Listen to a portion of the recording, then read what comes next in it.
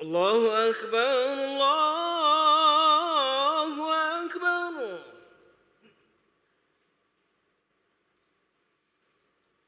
الله أكبر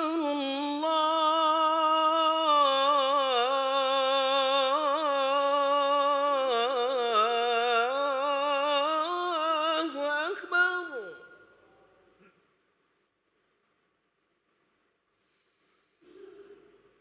أشهد أن لا إله إلا الله.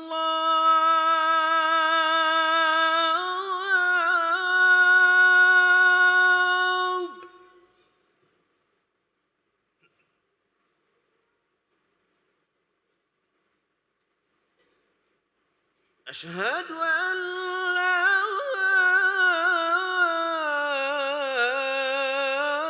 إله إلا الله.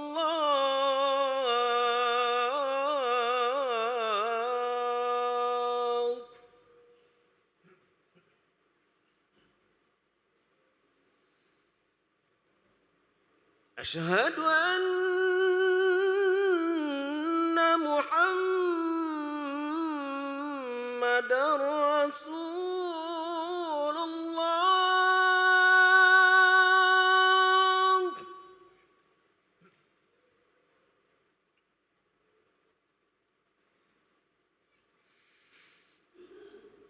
أشهد أن محمدًا رسول الله.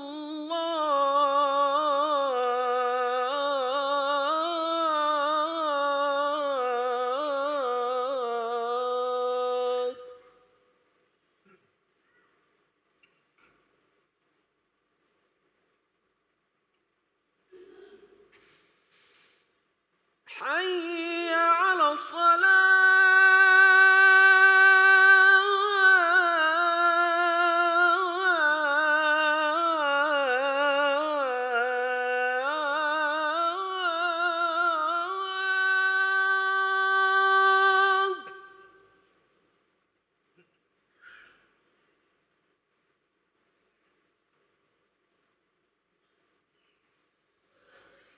حي على الصلاة.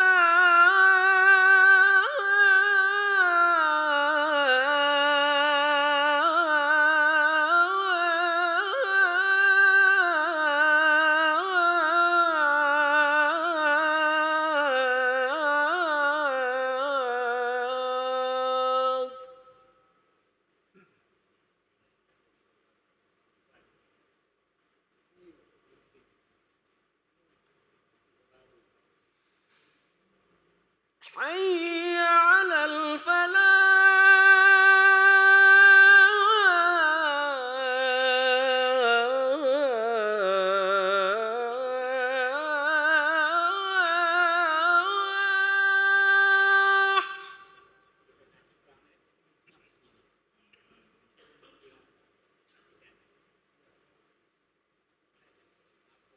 حي على الفلاح.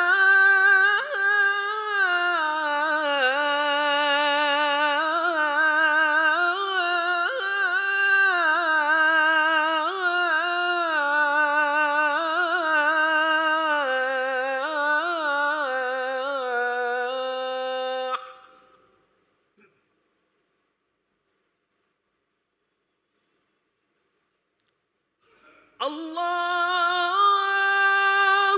أكبر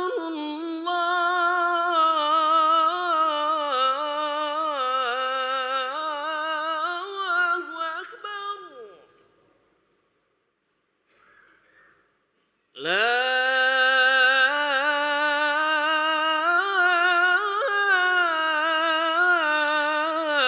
إله إلا الله.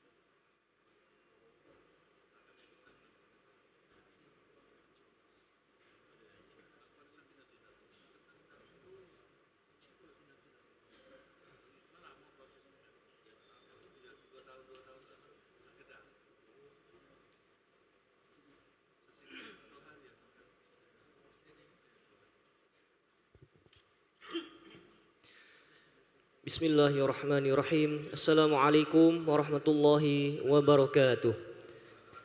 Alhamdulillahirabbil alamin. Allahumma shalli ala sayyidina Muhammad wa ala ali sayyidina Muhammad, amma ba'du.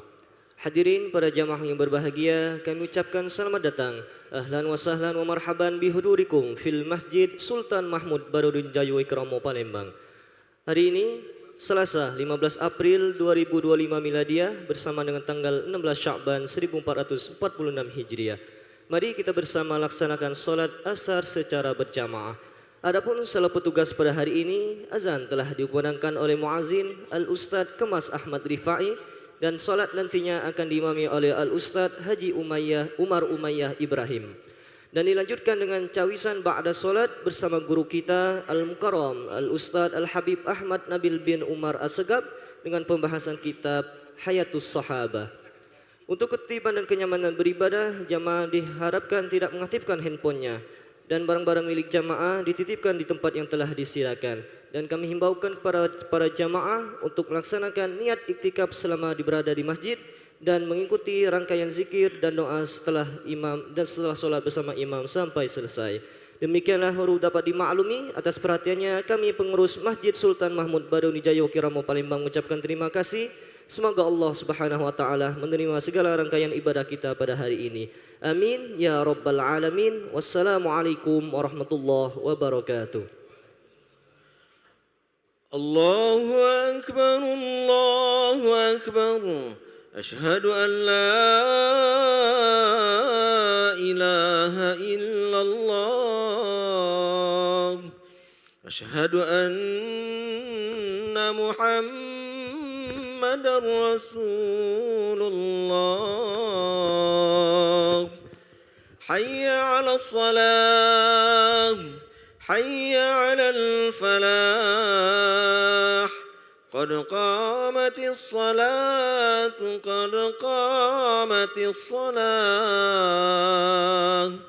الله أكبر الله أكبر لا إله إلا الله لا إله إلا الله سيدنا محمد رسول الله صلى الله عليه وسلم وجعلني من صالح أهلها استووا أقيموا صفوفكم واعتدلوا أعوذ بالله من الشيطان الرجيم بسم الله الرحمن الرحيم قل أعوذ برب الناس ملك الناس إله الناس من شر الوسواس الذي يوسوس في صدور الناس من الجنة والناس رب أعوذ بك من همزات الشياطين صلي أربع الله أكبر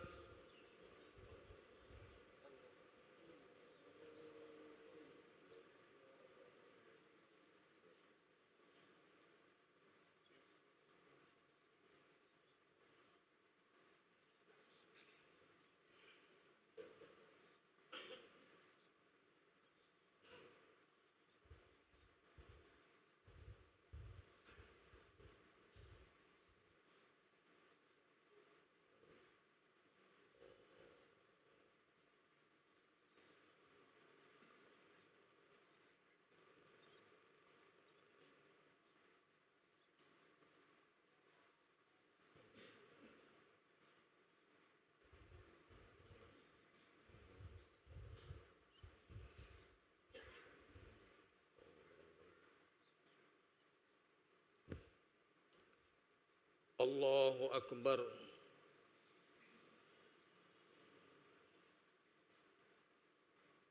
سمع الله لمن حمده الله أكبر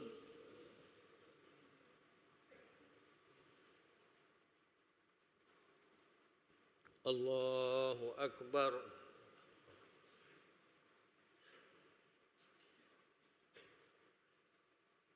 الله أكبر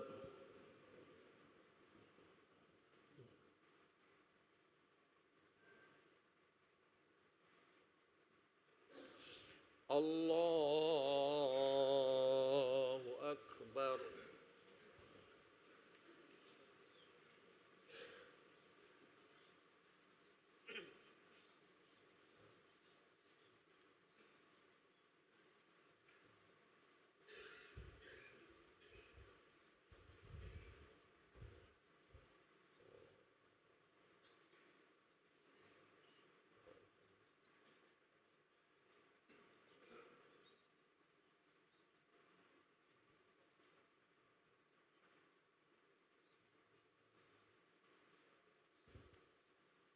الله أكبر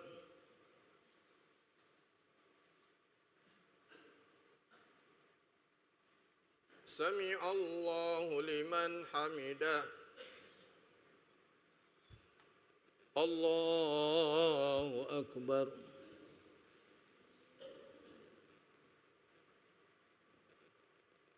الله أكبر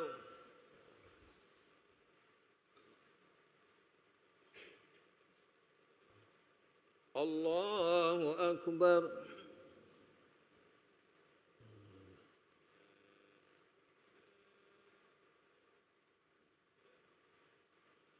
الله أكبر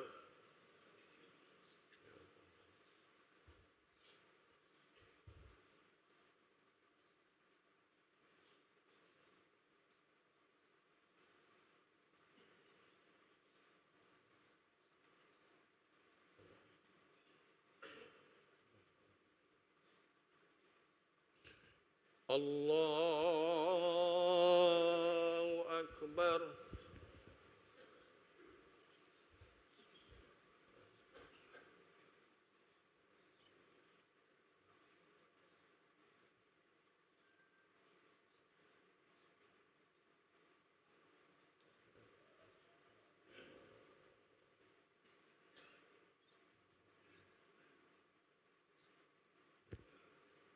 الله أكبر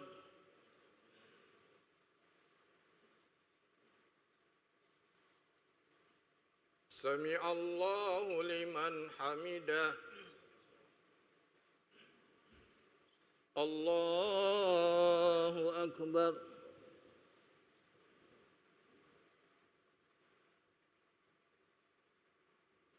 الله أكبر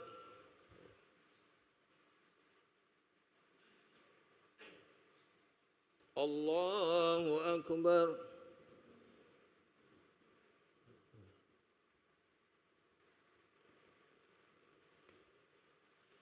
الله أكبر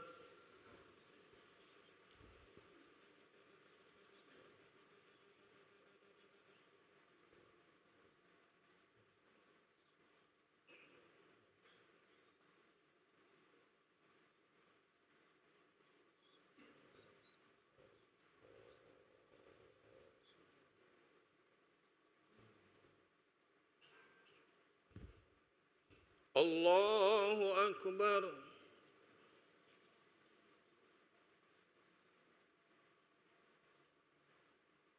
سمع الله لمن حمده الله أكبر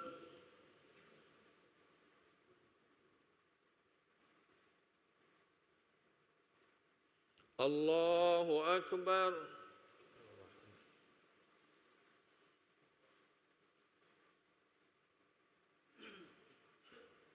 الله أكبر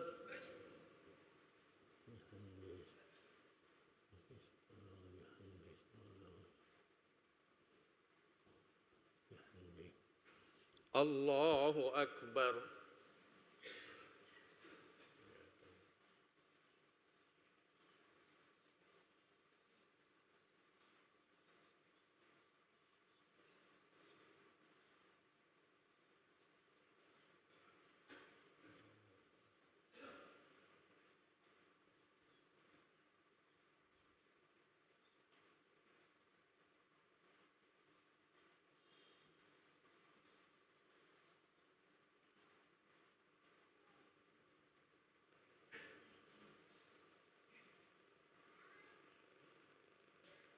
السلام عليكم ورحمة الله السلام عليكم ورحمة الله الحمد لله